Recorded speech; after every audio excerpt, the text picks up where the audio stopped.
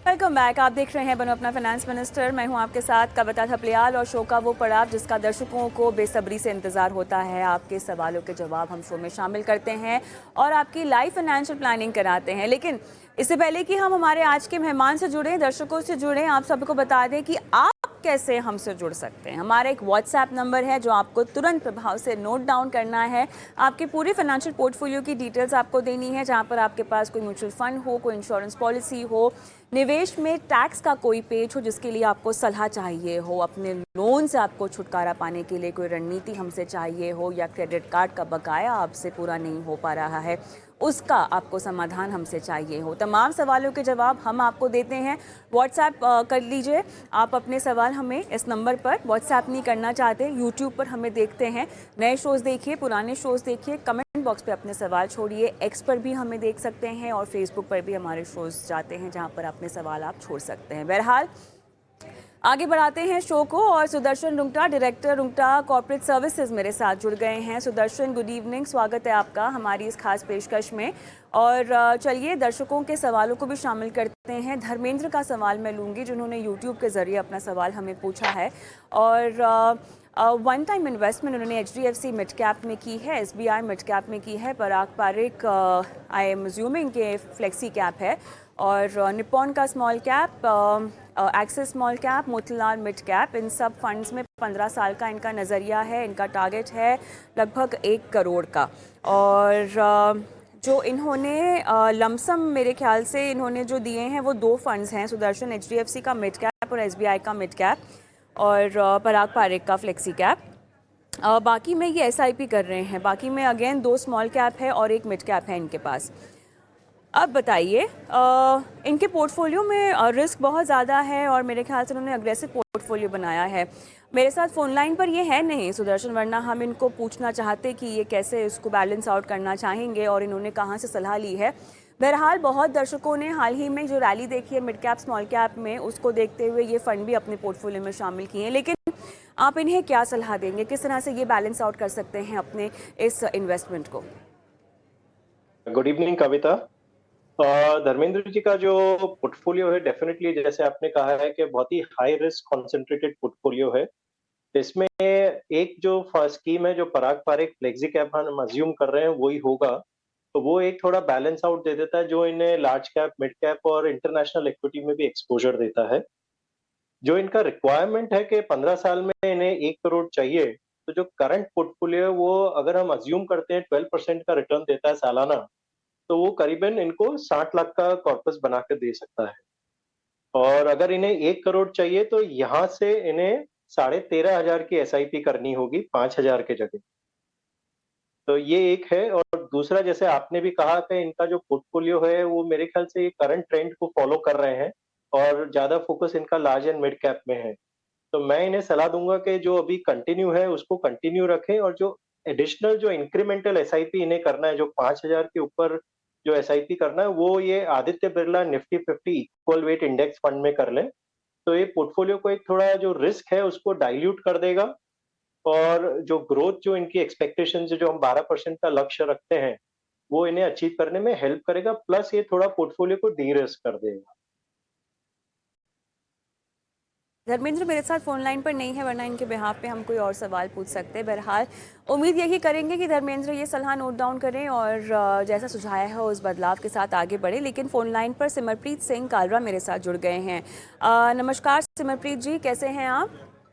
जी मैं बढ़िया हूँ मैम, आप कैसे हो? मैं बिल्कुल ठीक हूँ, थैंक यू सो मच। आपने अपना सवाल हमें भेजा है और काफ़ी विस्तार से आपने सवाल अपना भेजा है। 7 लाख रुपए का मुनाफा भी आपको हो रहा है। पराग पारिक का फ्लेक्सी कैप है आपके पास, ICICI का मल्टी एसेट एलोकेशन आपने रखा है, कोटक का mid cap, SBI magnum mid cap, Canara small cap, Kotak का स्मॉल कैप, क्वार्न स्मॉल कैप। और आपने काफ़ी अच्छे से अपना एलोकेशन भी बताया है। जो 40-45% आप कह रहे हैं लार्ज फ्लेक्सी और हाइब्रिड में है, बाकी 50% आपने मिड कैप और स्मॉल कैप में रखा है। और आपने इमरजेंसी फ़ंड भी अपना बना रखा है, आपने FD और PPF भी मेरे ख्याल से रखा हुआ है। और आप अपने एलोकेशन को म्यूचुअल फंड में बढ़ाना चाहते हैं। 1 करोड़ 10 साल में आपका ये लक्ष्य है। आपकी उम्र क्या होगी कालरा साहब? जी मेरी ये उम्र 33 इयर्स है और मैं IT सेक्टर में जॉब करता हूँ। एक तो मेरे को ओके। ये रिव्यू करवाना था कि मेरी एलोकेशन सही है नहीं, और दूसरा ये को ये भी जानना था, जैसे लेट सपोज मैं ₹1,00,000 सेव करता हूँ, तो मैं अभी जी। सिर्फ 30-40 हजार ही डाल रहा हूँ म्यूचुअल फंड में, और बाकी एफडी वगैरह में या पीपीएम में। तो शुड आई इंक्रीज, या मतलब कैसे, मेरे को थोड़ा सा गाइड अगर आप कर सकते हो। इसीलिए ही मैंने आपकी उम्र आपसे पूछी, और मुझे ये भी जानना है कि आपके ऊपर आर्थिक जिम्मेदारियां कितनी हैं, क्योंकि मैं यही उम्मीद कर रही हूँ कि अगर आप इतनी अच्छे से एक फाइनेंशियल पोर्टफोलियो अपना बना रहे हैं, मार्केट कैप्स के एक्सपोजर को समझ रहे हैं, तो आपने अपने लिए एक लाइफ इंश्योरेंस तो लेकर ही रखा होगा। क्यों लिया है? जी जी जी जी जी जी, मेडिकल चलिए। भी है, लाइफ टर्म इंश्योरेंस भी है, कंपनी की तरफ से भी है, चलिए। और कोई लोन वगैरह नहीं है मेरे चलिए। पे फिलहाल। घर भी है और मेरे जिस पास, मतलब। चलिए, और जिस तरह से आपने अपने इक्विटी पोर्टफोलियो को विभाजित किया है, जहां 50% आप कह रहे हैं मिड कैप और स्मॉल कैप में है, तो मुझे ये समझ में आ रहा है कि आप रिस्क को समझते हैं, है ना? जी जी, आपका शो देख के, आप सब एक्सपर्ट्स की गाइडेंस लेके, और आप बहुत अच्छा काम कर रहे हैं ना तो बहुत इंटरेस्टिंग है, तो उसी के हिसाब से मैंने थोड़ा सा सिलेक्ट किया है। थैंक यू सो मच हौसला अफजाई के लिए। तो मेरा नज़रिया तो ये बनता है कि आप अगर थोड़ा सा 70%, क्योंकि फिक्स डिपॉजिट में अगर आपका पैसा जा रहा है और अगर आपके पास वो उम्र भी है, आप रिस्क भी अपना समझते हैं, तो क्यों ना थोड़ा सा और इक्विटी में कमाई का मौका ढूंढ लिया जाए। बहरहाल एक्सपर्ट तो हैं मेरे साथ, उन्हीं के पास जाऊंगी ये सवाल लेकर। तो सुदर्शन, अच्छा है, इन्हें समझ है इक्विटी की, फिक्स्ड इनकम की, इन्होंने इक्विटी में भी अच्छा खासा पोर्टफोलियो, खैर वो आप बताएंगे फ़ंड की चॉइस कैसी है। लेकिन जिस तरह से इन्होंने सवाल पूछा है कि अभी उनके मुताबिक थोड़ा सा रिस्ट्रिक्टेड है उनका म्यूचुअल फंड में और इक्विटी में एक्सपोजर, क्या इसको बढ़ाया जा सकता है? 33 साल की इनकी उम्र है, लक्ष्य के मुताबिक ये अपना निवेश भी अच्छा खासा कर रहे हैं, अगर और बढ़ा पाए तो और अच्छा होगा। कैसे गाइड करेंगे आप इन्हें? कविता, सिमरप्रीत जी को मैं पहले तो मुबारक दूंगा कि एक बहुत ही अच्छा पोर्टफोलियो उन्होंने क्रिएट किया हुआ है अपना, एक बहुत अच्छी तरीके से एलोकेशन है। इसमें इन्होंने मल्टी एसेट एलोकेशन फंड भी लिया है, जिसमें गोल्ड और डेट और सिल्वर का भी एक्सपोजर हो जाता है। गोइंग फॉरवर्ड ये स्कीम में शायद कमोडिटी भी ऐड हो जाए, तो इन्हें एक ऑलराउंड एक्सपोजर मिल जाएगा जहां इनका इन्वेस्टमेंट होना चाहिए। दूसरी बात, जो इनके पोर्टफोलियो में इन्होंने 3 स्मॉल कैप फंड दिए, मुझे लगता है ये ज़रूरी नहीं है, ये ज़्यादातर अगर चाहें तो 2 फंड रख सकते हैं। और जो इनका टारगेट है 1 करोड़ का, वो काफ़ी आसानी से इनका अचीव हो सकता है, क्योंकि जो करीबन ये 24,000 एसआईपी में कर रहे हैं अभी, और अगर मैं उसका रिटर्न अगर 12% से लेता हूँ, तो वो करीबन 55 लाख का कॉर्पस इनका 10 साल में बना सकता है। अपार्ट फ्रॉम दिस, इन्होंने जैसे कहा है कि इनके भी प्रॉफिट 7 लाख है, तो डेफिनेटली जो कॉर्पस फंड वैल्यू होगी काफी ज्यादा होगी। इन्हें अगर 1 करोड़ का जो इनका टारगेट है और 55 लाख इनका अगर है ना एसआईपी से पूरा हो जाता है, तो ये जो शॉर्टफॉल है 45 लाख का, उसके लिए इनका करंट पोर्टफोलियो वैल्यू अगर 14 लाख से ऊपर रहा, तो ये कंफर्टेबली 12% से अचीव कर पाएंगे। नाउ इनका जो था कि इनके पास ₹1,00,000 का सरप्लस है, उसमें से एक बहुत छोटा अमाउंट ये इन्वेस्ट कर रहे हैं, और इन्होंने काफ़ी अपना रिस्क मैनेजमेंट कर रखा है इंश्योरेंस के ज़रिए। तो इनके पास एक अपॉर्च्युनिटी है इक्विटी में ज़्यादा एक्सपोज़र लेने की। एक सिंपल फ़ॉर्मूला है कि 100 minus your age should be your equity exposure. तो आज की तारीख में इनके पास अपॉर्च्युनिटी है या स्कोप है, ये 67% अपना जो भी सेविंग्स है वो इक्विटी में लगा सकते हैं। इन्होंने अपनी रिक्वायरमेंट को 1 करोड़ रखी है, बट अगर ज़्यादा पैसा बन जाए तो कोई खराबी नहीं है। तो आई थिंक इनके पास वक़्त बहुत अच्छा है, और ये डेफ़िनिटली एक इक्विटी में एक्सपोज़र ज़्यादा ले सकते हैं। 10 साल का इन्होंने क्यों होराइज़न रखा है वो मुझे नहीं पता, बट अगर रिटायरमेंट प्लानिंग करनी है, तो रिटायरमेंट के लिए इनके पास अच्छा खासा 27 साल का वक़्त है। तो मेरा सुझाव रहेगा, एक अपने फाइनेंशियल एडवाइज़र की सलाह लें, और एक प्रॉपर रिस्क प्रोफाइलिंग और गोल प्लानिंग सेटअप करें, जिससे इनको अपने हर एक गोल का लक्ष्य, कितना टारगेट चाहिए और कितना वक़्त में वो गोल चाहिए, उसके बेसिस में ये अपनी स्कीम्स डिसाइड कर पाएँ। तो शायद इनको जो अपने सेविंग्स या जो भी इनका इन्वेस्टमेंट अमाउंट होगा, उससे मैक्सिमम आउटपुट ले सकेंगे। कालरा जी, आपको सलाह समझ में आई है? कुछ और पूछना चाहते हैं सुदर्शन को आप? एक्सप्लेन कर दिया, थैंक यू वेरी मच। हाँ, और आई एम श्योर या गोल जो है वो क्लियर होने चाहिए। वो एक्चुअली पहला जी। गोल था कि जो बच्चे की स्टडीज आएगी ना, कोचिंग और जी। इंजीनियरिंग वगैरह, वो उसके लिए था। But ji. आई अंडरस्टैंड कि जी। रिटायरमेंट के लिए भी जी। अगर चाहिए तो वो सरप्लस है जो वो इक्विटी में डाल सकते हैं। तो आई एम वेल बिल्कुल। Satisfied with this answer. Thank you very much ma'am और ऑल द एक्सपर्ट दोनों को। Best. Thank you, all the bye best, bye. All the best. चलिए आगे बढ़ते हैं और सुदर्शन, अगला सवाल जो किश्वर बाजपेयी जी का है और कानपुर से इन्होंने ये सवाल यूट्यूब के ज़रिए भेजा है और दरअसल अपने बेटे के पोर्टफोलियो पर आपसे ये सलाह चाहते हैं और 3,000 रुपये हर महीना की SIP और 2019 से हो रही है, 8 करोड़ चाहिए 2050 तक। SBI blue chip, HSBC mid cap, मेरा एसेट का लार्ज कैप है, HDFC टॉप 100 है और मेरा एसेट का इमर्जिंग ब्लू चिप भी है इनके पास और इसके अलावा पराग पारिक का फ्लेक्सी कैप है और साथ ही टैक्स सेवर भी है और इन्होंने मेरा का टैक्स सेवर मेरे ख्याल से पोर्टफोलियो में शामिल करके रखा हुआ है। बताइए फंड मिक्स कैसा है और जो लक्ष्य इन्होंने अपने लिए बांधा है, क्या उसके लिए इनको अपनी निवेश राशि बढ़ानी होगी? कविता, मैं पहले जो टारगेट है इनका 8 करोड़ का 2050 का, जो करंट एसआईपी इनका 43,000 का जा रहा है, उसके बेसिस पे अगर मैं पकड़ूं के रिटर्न 12% का इन्हें मिलता है गोइंग फॉरवर्ड, तो कंफर्टेबली 2050 तक इनका कॉर्पस करीबन 13.7 करोड़ का हो जाएगा, जो इनके लक्ष्य काफी ज्यादा है। तो ये एक बहुत कंफर्टेबल पोजीशन में है आज के तारीख में। और दूसरा मेरा जो ऑब्जर्वेशन है इनका पोर्टफोलियो को लेके कि इनके पास 3 प्योर लार्ज कैप स्कीम्स हैं और 2 स्कीम्स ऐसी हैं जिसमें कंसंट्रेशन लार्ज कैप्स पे ज्यादा रहेगा, जो मिराई इमर्जिंग इक्विटी और पराग पारिक फ्लेक्सी कैप। तो लार्ज कैप सेंट्रिक ना पोर्टफोलियो जो बहुत कंफर्ट जोन देता है एक इन्वेस्टर को, अगर ये चाहे तो वो कंटिन्यू कर सकते हैं, बट इनके पास एक क्योंकि वक्त है, इनके टारगेट्स भी बहुत रीजनेबल हैं या जो अचीवेबल हैं, आई थिंक ये अगर अपने पोर्टफोलियो को थोड़ा डाइवर्सिफाई करें तो शायद इनको एक ओवरऑल पार्टिसिपेशन मिल सकता है। तो मैं एक मॉडल पोर्टफोलियो इन्हें सजेस्ट करना चाहूंगा, जिसमें ये एचडीएफसी का Nifty 100 equal weight index fund में 5,000 की एसआईपी कर दें और एक एचएसबीसी मिड कैप फंड है, उसमें ये अपनी एसआईपी कंटिन्यू कर सकते हैं, बट अमाउंट 3,000 से उसको 5,000 की बढ़ा दें।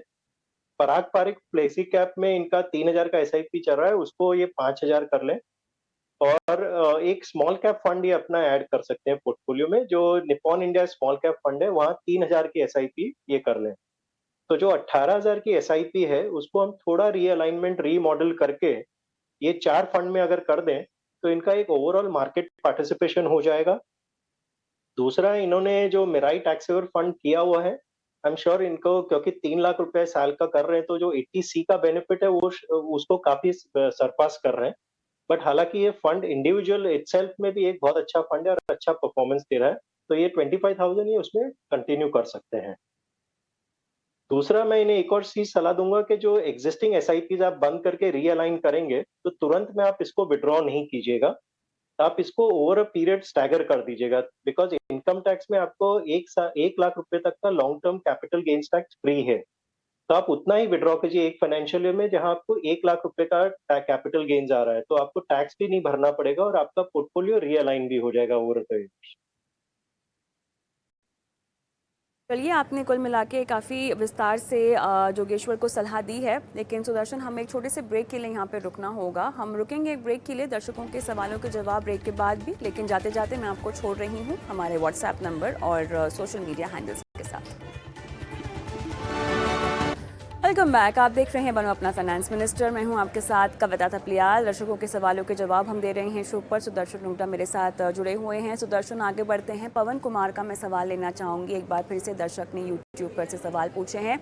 टारगेट इनका है सुदर्शन 70 से 80 लाख का, टाइम पीरियड जिसके लिए ये निवेश करना चाहते हैं 22 से 25 साल का।